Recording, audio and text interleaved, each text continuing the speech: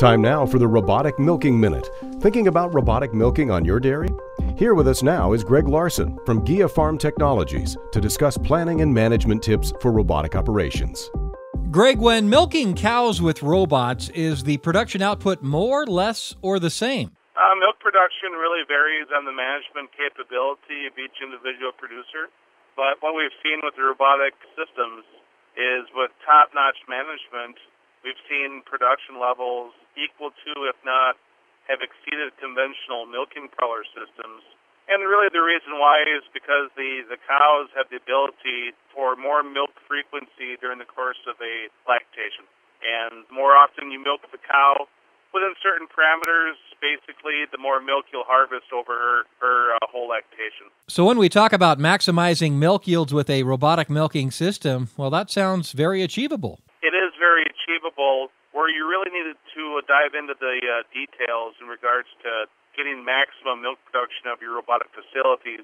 Of course, having a robotic facility that's optimized as far as ventilation, bunk space, cow comfort, and manure management is very critical. But you really need to take a look at where we're housing dry cows, the availability of bunk space on dry cows, the cow comfort and the ventilation within the dry cow facility. And really, from the time that animal is a fresh heifer until she becomes a cull cow, how we manage the manure, the ventilation, the bunk space, and the nutritional requirements of the dry cow therapy is very critical in order to obtain high milk production that is consistent 12 months out of the year in the robotic facility. So how important is expansion in all this when it comes to robotic milking?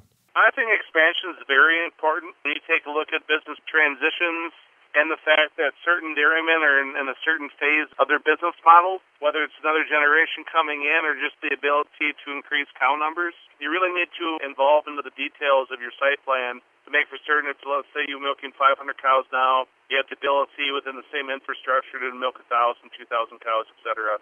It really is no different than the conventional milking parlor systems. Making for certain you have your long-term and short-term goals established is the most key essential element.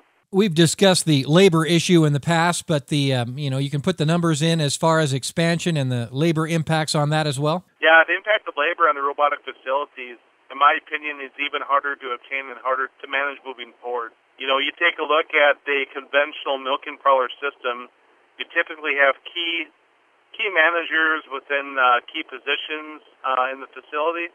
And robotics really has to do with the individual details of the cows and the management structure. So my advice to dairy producers is really start out with a management scheme that you're comfortable with and then you can manage the cows with, and then from there expand internally to make for certain your key managers are still in the key positions.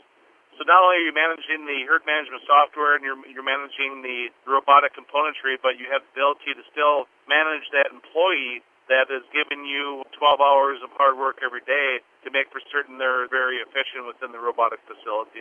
Thanks for the update, Greg. Greg Larson is with GIA Farm Technologies. Robotic Milking Minute with Greg Larson is heard the second Thursday of every month. Brought to you by GIA Farm Technologies and MI1, the no-compromise robotic system to enhance your future in dairying.